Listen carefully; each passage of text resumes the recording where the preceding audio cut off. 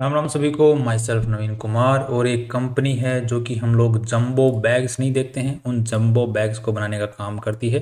जैसे कि हम लोगों ने पैकेजिंग, जैसे गांव में लोग रहते हैं तो उन्होंने देखे होंगे कई बार कि गेहूं को स्टोर करने के लिए बड़े बड़े जो तिरपाल टाइप के जो बैग्स बने होते हैं, या फिर कई बार जैसे ट्रांसपोर्ट करने के लिए बड़ा सामान या फिर फूड आइटम्स को ट्रांसफ़र करने के लिए बड़े बड़े जो बैग्स होते हैं उनके अंदर में स्टोर करके फिर ट्रांसफ़र किया जाता है।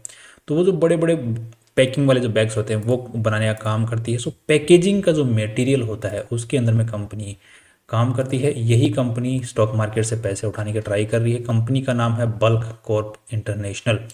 तो ये इस टाइप के आपने बैग्स वगैरह देखे होंगे, बड़े बड़े त्रिपाल के टाइप के बने हुए, ये कंपनी बनाती है। राइट, इसमें भारी माल। तो ये कंपनी स्टॉक मार्केट से पैसा उठाना ट्राई कर रही है। लगभग इस कंपनी को पैसों की ज़रूरत है। ये कंपनी बोली कि 21 करोड़ रुपए के आसपास की ज़रूरत है।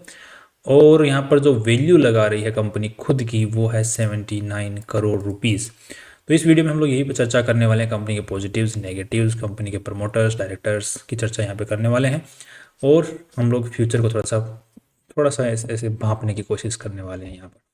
नेक्स्ट अगर शुरुआत करते हैं तो सबसे पहले बेसिक डिटेल्स को अगर देखते हैं यहाँ पे, तो कंपनी का 30 जुलाई से 1 अगस्त के बीच में कंपनी का आईपीओ खुलने वाला है। 105 का कट ऑफ प्राइस सेट किया है, 21 करोड़ रुपए के पास में उठा रही है। कंपनी के जो प्रमोटर लोग हैं उनके पास में 98% आईपीओ से पहले शेयर होल्डिंग थी और आईपीओ के बाद में 72% के आसपास में रह जाने वाली है। सो अच्छी खासी रह जाने वाली है। That's not an issue again. अब तक चलो नेक्स्ट देखते हैं कंपनी के जो प्रमोटर लोग हैं वो क्यों पैसा उठा रहे हैं। क्या ज़रूरत पड़ी भाई कि अपनी ही कंपनी के अंदर मालिकाना हक बेच रहे हो। तो यहाँ पे लोग वो रीज़न बताया कैपिटल एक्सपेंडिचर की, हमारी जो कैपेसिटी है जो पैकेजिंग बैग्स बनाने की उसको हमको बढ़ाना है, उसके लिए हमने कैपिटल एक्सपेंडिचर किया है, कैपेसिटी बढ़ानी है। उसी के साथ में to meet the working capital requirement, कि जो हमारा खर्चा ज़्यादा है, पैसा कम है, तो उसके लिए पैसों की ज़रूरत है। दूसरा जनरल कॉर्पोरेट पर्पस के आईपीओ की लेके आने में जो खर्चा होने वाला है उसके लिए पैसों की ज़रूरत है। तो ये सब उन्होंने रीजंस, बेसिक रीजंस बताए हैं जो कि ठीक ठाक लग रहे हैं कंपनी के हिसाब से, जिस तरीके से कंपनी काम कर रही है।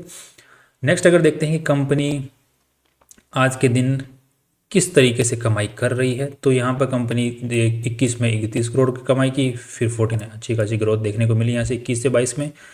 फिर यहाँ से एक अच्छी खासी गिरावट देखने को मिली। इसका भी रीज़न कंपनी ने बताया कि हमारा जो एक्सपोर्ट होता है यूएसए के अंदर में माल, वो कम हुआ, एक्सपोर्ट थोड़ा कम हुआ, जिसकी वजह से हमारी सेल घट गई। फिर यहाँ पर अगेन इंक्रीज देखने को मिला है। तो यहाँ पे अच्छा खासा इंक्रीज देखने को मिला है। इसी के बाद में अगर हम नेट प्रॉफिट्स की बात करते हैं तो कंपनी 63 लाख, फिर 1 करोड़ 72 लाख, फिर 1 crore 21 lakh. So net profits घट गए क्योंकि रेवेन्यू भी घट गया था। इसी के साथ में इस साल जो है नेट प्रॉफिट, रेवेन्यू बढ़ा और नेट प्रॉफिट्स तो अच्छे खासे बढ़ गए। जबकि यहाँ पर 49 करोड़ की रेवेन्यू था तो भी 1 करोड़ 72 लाख ही कमाए थे नेट प्रॉफिट। और यहाँ पे इसके मुकाबले रेवेन्यू कम आया है, बट फिर भी नेट प्रॉफिट जो है उसके मुकाबले डबल हो गए। हो ही जाता है भाई, this is the power of IPO year. हो जाता है, मर्चेंट बैंकर्स राय देते हैं, है ठीक है, वो होता है। नए हो अगर आप लोग इस टाइप की वीडियोस देखने के लिए, तो अगर ये चीज़ आपके लिए नई लग रही है तो welcome to the world of IPO.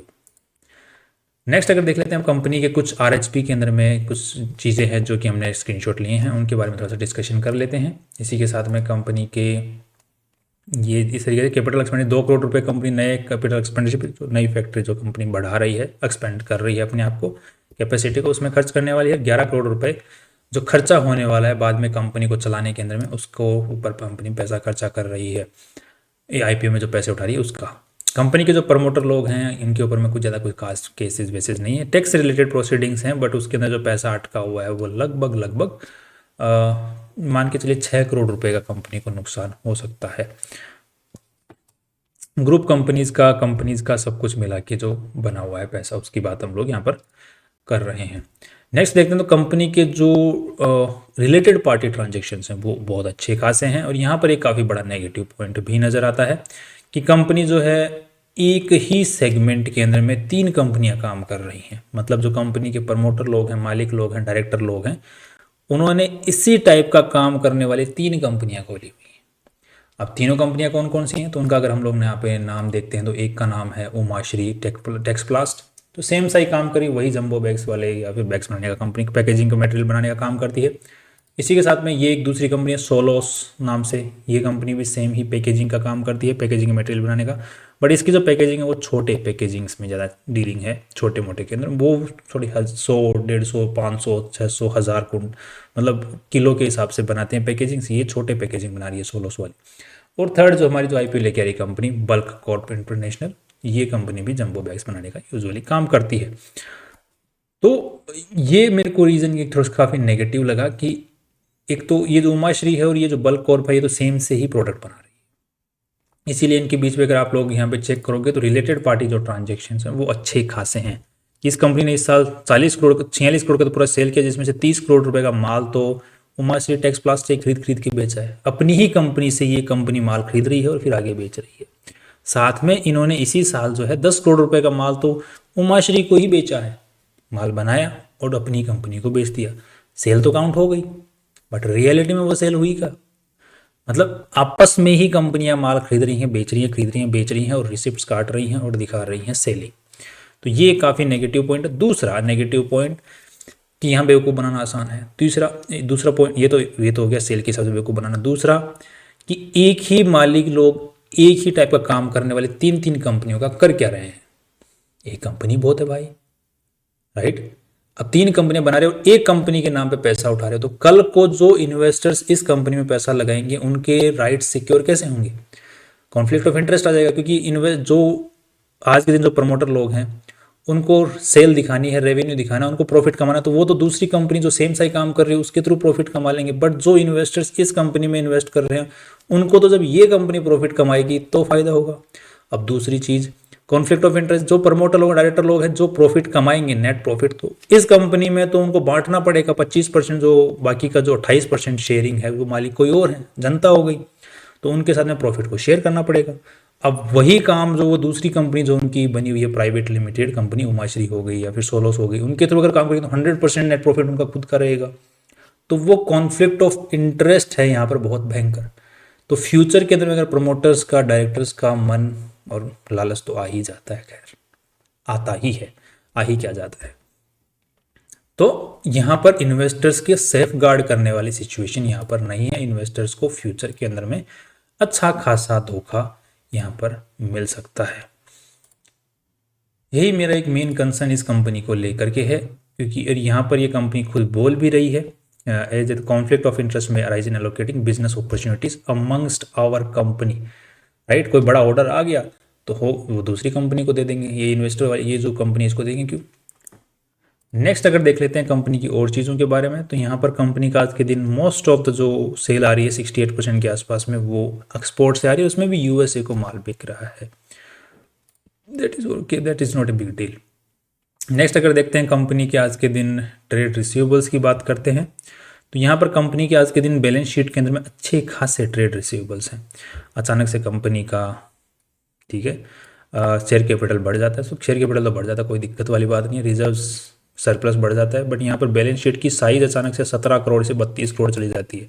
तो 32 करोड़ चली तो गई, पैसा तो दिखा दिया आया है, लगा कहाँ है? तो लगा कहाँ? इन्वेंट्री। वही सेम जगह है हर कंपनी का, ट्रेड रिसीवेबल्स और इन्वेंट्री, कि माल बिक गया, पैसा नहीं आया, और दूसरा माल हमारे पास में इन्वेंट्री बढ़ गई है और हमारी कंपनी की साइज बढ़ गई है। अब कंपनी के पास में जो आज के दिन एसेट्स हैं, जो वेयर हाउसेज हैं, जो मैन्युफैक्चरिंग हब प्लांट्स हैं और जो कंपनी का रजिस्टर्ड ऑफिस है, वो हमने लगता होगा कि कंपनी द्वारा ओन्ड है, वो कंपनी द्वारा ओन्ड नहीं है, सब कुछ किराए पे है। तो अब बेसिकली कंपनी के पास में है क्या? कंपनी के पास में एक बिजनेस है और उस टाइप के 3 बिजनेस हैं।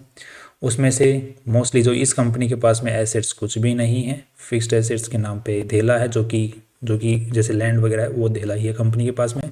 फैक्ट्री है, मशीनरी है, वो कंपनी के नाम पे है और वो कंपनी काम कर रही है और बिजनेस बना रही है। और वो बिजनेस जो है वो भी यहाँ पे एक थोड़ा बहुत दिक्कत भरा ये है कि कंपनी का बिजनेस बहुत ही फ्लक्चुएटिंग है। 31 करोड़ से सीधा ही 50 करोड़, 50 करोड़ से फिर सीधा ही 38 करोड़, 38 करोड़ से फिर 46 करोड़, और नेट प्रॉफिट्स जो है वो भी काफ़ी ज़्यादा फ्लक्चुएटिंग यहाँ पर बनते हुए नजर आ रहे हैं। इसी के साथ में कंपनी की जो बोरोइंग है वो भी काफ़ी फ्लक्चुएटिंग है।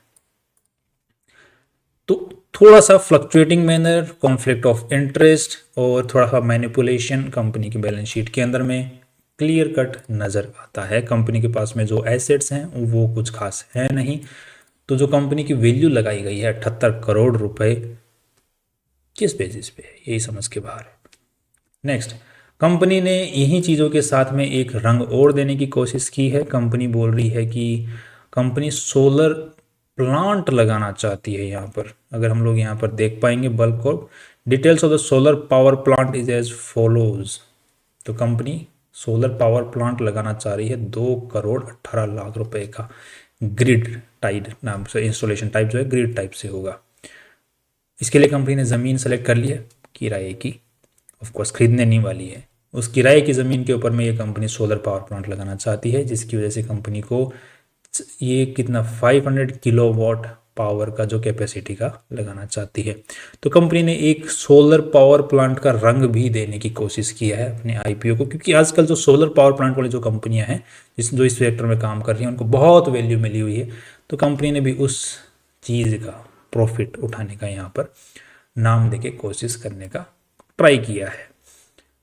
सो ये ओवरऑल जो सेगमेंट नज़र आ रहा है ना, कंपनी ने जो रंग देने की कोशिश की तो इसमें काफ़ी सारे जो है रेड सिग्नल्स, नेगेटिव सिग्नल्स मेरे को दिखाई दे रहे हैं। प्रमोटर्स और डायरेक्टर्स के जो इंटेंशंस हैं उनके ऊपर में ज़्यादा बड़े सवाल खड़े हो रहे हैं कि वो आईपीओ से पैसा उठाना चाह रहे हैं तो किस रीज़न की वजह से उठाना चाह रहे हैं और फ्यूचर में किस तरीके से वो बिज़नेस को ले जाना चाह रहे हैं, इन्वेस्टर्स के फेवर में या फिर इन्वेस्टर्स के अनफेवर में। तो ये कुछ सवाल हैं। बाकी अगर एक बार हम लोग कंपैरिजन भी करके देख लेते हैं, जो कंपनी ने डेटा दिया है, हम मान ले चलते हैं कि जो डायरेक्टर्स हैं, प्रमोटर्स हैं, वो बहुत अच्छे से कंपनी के फेवर में ही काम करेंगे, बाकी कंपनियों को बिजनेस देंगे नहीं, इसी को देंगे सारा बिजनेस। चलो मान लेते हैं सारा का सारा बहुत अच्छे से काम होगा, आज के दिन में जो डेटा है ये बहुत अच्छा है। तो हम एक बार कंपेयर भी करके देख लेते हैं। तो यहाँ पे 3,3 करोड़ रुपए का कंपनी ने नेट प्रॉफिट कमाया है। जो कंपनी ने वैल्यू लगाई है वो 78 करोड़ रुपए की, तो 3.5 करोड़ रुपए से हिसाब से बन जाता है 20 का पी रेशियो। तो 20 का पी रेशियो को अगर हम लोग कंपेयर करते हैं तो यहाँ पे इसका है 34 का, इसका है 12 का। तो जो कमाई कर रही है वो ठीक ठाक कमाई कर रही है, कुछ खास ज़्यादा भी नहीं कर रही, कुछ खास कम भी नहीं कर रही। नेक्स्ट अगर कंपनी का पीबी रेशियो देखते हैं तो यहाँ पे वो भी नज़र आ रहा है लगभग कितना, नेटवर्थ जो है 9 करोड़ रुपए की है और कंपनी का 20 करोड़ रुपए और उठा रही है, तो लगभग 30 करोड़ एक राउंड फिगर ले लेते हैं। तो यहाँ पे 2.3 का पीबी रेशियो है। 2.3 के पीबी रेशियो को यहाँ पर कंपेयर करके देखते हैं तो इसके साथ में कंपनी ज़्यादा वैल्यू लगाई, इसके मुकाबले भी कंपनी ने ज़्यादा वैल्यू लगाई है। सो कंपनी वैल्यू भी ज़्यादा लगा रही है और प्रॉफिट्स भी बेसिकली कम कमा रही है मार्केट में जो ऑलरेडी लिस्टेड कंपनी है उनके मुकाबले। तो फिर कंपनी इतनी ज़्यादा वैल्यू और इतना कॉन्फिडेंस लेके कहाँ से आ रही है कि मार्केट में जो ऑलरेडी लिस्टेड कंपनी जो मार्केट में वैल्यू दे रही है उनके मुकाबले भी ज़्यादा वैल्यू के ऊपर में ज़्यादा पैसे मांग रही है। ये कॉन्फिडेंस आ जाता है जब सोलर का नाम आ जाता है, राइट। तो that's all from my side. अब ये कंपनी के लॉन्ग टर्म के हिसाब से मुझे कुछ खास पर्सनली इस एनालिसिस के हिसाब से लॉन्ग टर्म के हिसाब से मुझे ठीक नहीं लग रही है। अगर कंपनी का जो जीएमपी रेशियो है वो मोर देन 100% रहता है, 100% मिलता है, क्योंकि आईपीओ जो है एसएमई आईपीओ 90% से ज़्यादा के ऊपर में खुल नहीं सकते हैं, आजकल कैपिंग लगा दी गई है। तो अगर जीएमपी 90% से 100% से ऊपर रहता है तो हम लोग आप लोग, मैं तो कहता हूँ इस टाइप की कंपनियों से अगर थोड़ी सी दूरी बनाए रखें तो ज़्यादा बेटर है। बट अगर आपका मन करता है कि करना ही है तो फिर लगा लो।